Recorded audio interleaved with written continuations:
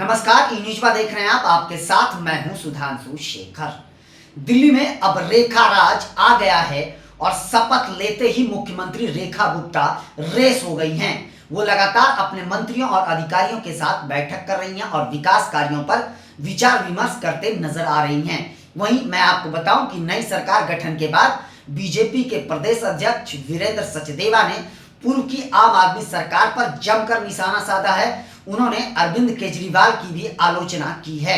आपको बताऊं कि वीरेंद्र सचदेवा ने सरकार गठन के बाद यह कहा कि अब दिल्ली के लोगों को यह पता चल जाएगा कि पुरानी शासन और नए शासन में क्या अंतर है। हम दिल्ली में काम करने आए हैं और यह काम करने वाली सरकार ही है। साथ साथ उन्होंने यह भी कहा कि जो पुरानी सरकार थी वह झूठ और भ्रष्टाचार की सरकार थी, लेकिन ये जो सरकार है वह अपनी वादों को पूरा करने के लिए प्रतिबद्ध है और इसीलिए हम दिल्ली के सत्ता में आए हैं। हमने जनता से कई वादे किए हैं, उन वादों पर अब सरकार ने काम करना शुरू कर दिया है। उन्होंने कहा कि अब जो पुराने शासन थे और जो नए शासन थे, पुराने शासन भ्रष्टाचार के शासन थे और नए शासन जो हैं वह सुशासन के शासन हैं और इसलिए अब सारी चीजें जनता के सामने आ जाएगी। साथ साथ उन्होंने यह भी कहा कि जो पुरानी सरकार के मुद्दे थे, जिन मुद्दों को, जिन मामलों को दरकिनार किया गया, जनता के विकास कार्यों को दबाया गया, उन मुद्दों को लेकर अब विचार विमर्श शुरू हो गया है और विकास कार्यों को आगे बढ़ाया जाएगा। हमें जनता के विकास के लिए जो जो काम करने पड़ेंगे वो सब काम हम आगे बढ़ाएंगे। उन्होंने कहा कि ये बीजेपी सरकार काम करने के लिए ही सत्ता में आई है और इस पर लगातार काम अब शुरू भी हो गया है। वीरेंद्र सचदेवा ने यह आरोप लगाया अरविंद केजरीवाल पर कि पुरानी सरकार सिर्फ जनता से झूठ बोलते हुए रही, साथ साथ वह सरकार सिर्फ भ्रष्टाचार में संलिप्त रह गई। लेकिन अब जो सरकार है यह पुरानी सरकार की भी भ्रष्टाचार के जो भी मामले हैं उन मामलों को उजागर करेगी। इस पर हम लोग मंथन कर रहे हैं। साथ साथ उन्होंने कहा कि दिल्ली को विकसित दिल्ली बनाने का जो सपना प्रधानमंत्री नरेंद्र मोदी ने देखा है, उन सपनों पर भी अब काम शुरू हो गया है। मुख्यमंत्री रेखा गुप्ता ने अब अधिकारियों के साथ बैठक करनी शुरू कर दी है और वो लगातार दिल्ली को विकसित बनाने के लिए सोच रही हैं और इस पर विचार विमर्श और काम भी शुरू हो जाएगा। इसके अलावा वीरेंद्र सचदेवा ने यह भी कहा कि अरविंद केजरीवाल ने, पुरानी सरकार जो थी केजरीवाल की, उन्होंने जनता को सिर्फ छला है, जनता को सिर्फ धोखा दिया है और इस वजह से जनता ने उन्हें सबक सिखाया है। उस सरकार में जितने भी भ्रष्टाचार हुए हैं उन सभी भ्रष्टाचारों को हम जनता के बीच लाने का प्रयास करेंगे। इसको लेकर हम काम कर रहे हैं। साथ साथ उन्होंने यह कहा कि हम दिल्ली को विकसित दिल्ली बनाएंगे। अब दिल्ली सिर्फ विकसित ही नहीं, दिल्ली का विकास आपको सिर्फ साफ सफाई और हरियाली ही नजर नहीं आएगी। दिल्ली में अब आर्थिक विकास भी होगी, आर्थिक राजधानी बनेगी। इसको लेकर भी आगे काम किया जाएगा।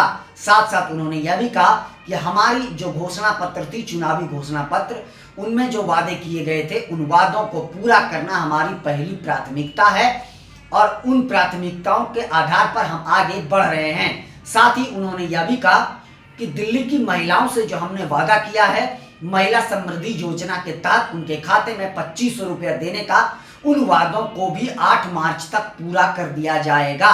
साथ साथ उन्होंने यह कहा कि जितने भी वादे हैं, यमुना सफाई का मामला हो या स्वच्छ जल पहुंचाने का मामला हो या प्रदूषण मुक्त दिल्ली बनाने का हो, इन सभी मामलों पर सरकार, नई सरकार अब विचार करना शुरू कर दी। इसे लेकर अब नए नए रणनीति तैयार किए जाने लगे हैं।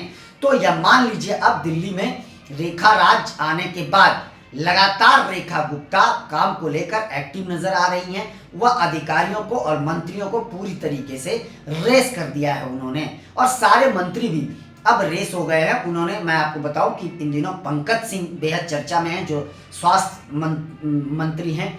उन्होंने, पंकज सिंह ने यह कहा है कि मोहल्ला क्लिनिक जो अरविंद केजरीवाल की सरकार ने चलाई थी, वह मोहल्ला क्लिनिक सिर्फ अपने फायदे के लिए चलाया गया था, ना कि जनता के फायदा के लिए।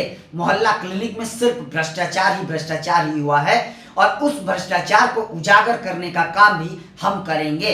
वहीं मैं आपको बता दूं कि प्रदेश अध्यक्ष वीरेंद्र सचदेवा ने यह भी कहा कि मुख्यमंत्री लगातार पुरानी योजनाएं और नई योजनाओं को लागू करने के लिए प्रतिबद्ध हैं, वह लगातार इस पर काम कर रही हैं।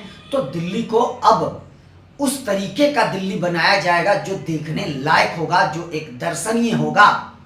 हम दिल्ली को उस स्तर पर लेकर जाएंगे। जो वादा हमने जनता से किया है वो वादा हम निभाएंगे। वहीं मैं आपको बता दूं कि वीरेंद्र सचदेवा ने एक तरफ आलोचना तो करी ही, साथ साथ उधर दूसरी तरफ पूर्व मुख्यमंत्री अतीसी ने जो है रेखा गुप्ता के शपथ ग्रहण कार्यभार संभालते ही रेखा गुप्ता पर हमला बोला है। उन्होंने नई सरकार पर निशाना साधते हुए यह कहा है कि रेखा गुप्ता ने जो है प्रधानमंत्री नरेंद्र मोदी के वादों को झूठा करार दिया है, झूठा बता दिया है।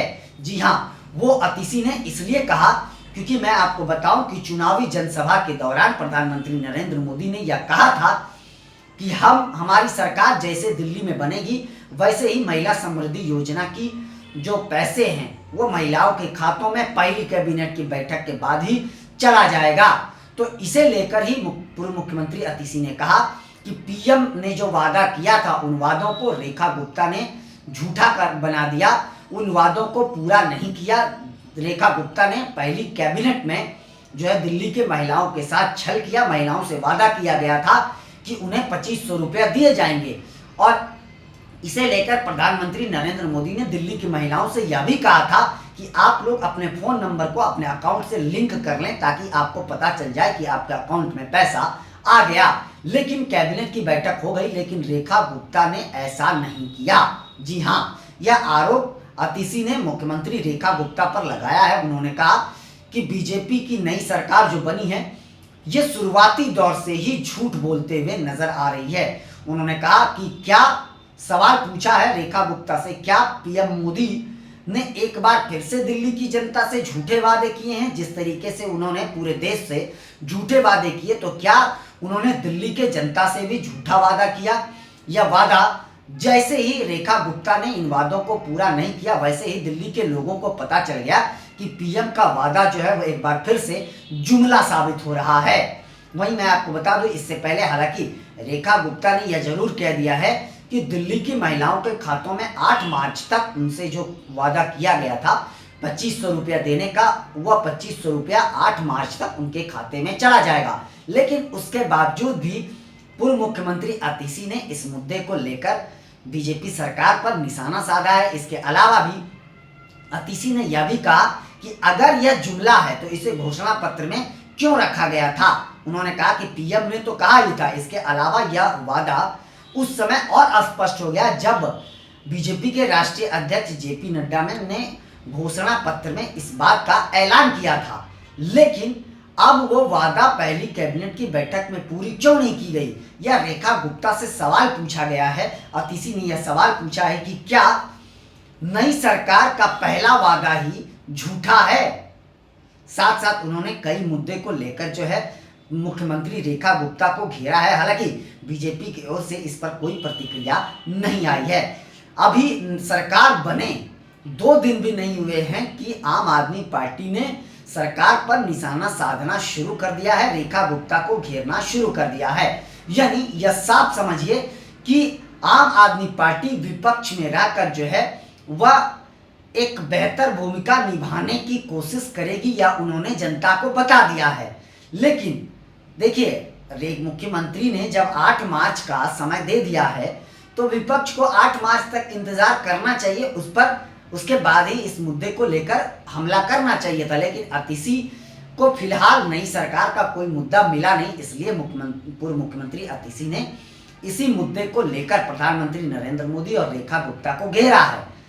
तो आगे देखते जाइए कि अब यह तो साफ हो गया कि आम आदमी पार्टी बेहद आक्रामक मूड में है और आक्रामक होते हुए वो विपक्ष की भूमिका निभाएगी।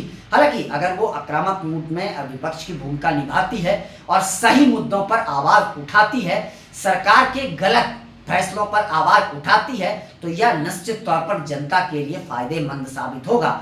हालांकि आगे आप देखते जाइए, 8 मार्च तक का तो इंतजार करना ही होगा कि बीजेपी ने जो वादा किया है 8 मार्च तक महिलाओं के खाते में 2500 रुपया देने का, वह पहुंचता है या नहीं। वहीं मैं आपको आगे बता दूं कि यमुना को लेकर भी वीरेंद्र सचदेवा ने एक बार फिर से आम आदमी पार्टी पर निशाना साधा था। उन्होंने कहा था कि यमुना को लेकर भी आम आदमी पार्टी ने जनता से झूठे वादे किए थे, लेकिन हम उन वादों को लेकर प्रतिबद्ध हैं और यमुना की सफाई अब शुरू हो गई है और जल्द ही यमुना का सौंदर्यीकरण हो जाएगा और वहां पर एक ऐसा स्थल बना दिया जाएगा जहां लोग देखने जाएंगे, वहां लोग घूम सकते हैं, वहां लोग आराम से बैठ सकते हैं। यमुना को नाले की जगह ओरिजिनल में यमुना बनाया जाएगा जहां पर आरती कर सकते हैं लोग। जी हाँ, तो बीजेपी एक तरफ अपने वादों को अभी से ही गिनाने लगी है और माइलेज लेने की कोशिश में जुटी हुई है। वहीं अरविंद केजरीवाल अभी से ही, आम आदमी पार्टी अभी से ही नई सरकार का खुलासा करने में जुट गई है। फिलहाल देखते जाइए आगे अब होता क्या क्या है।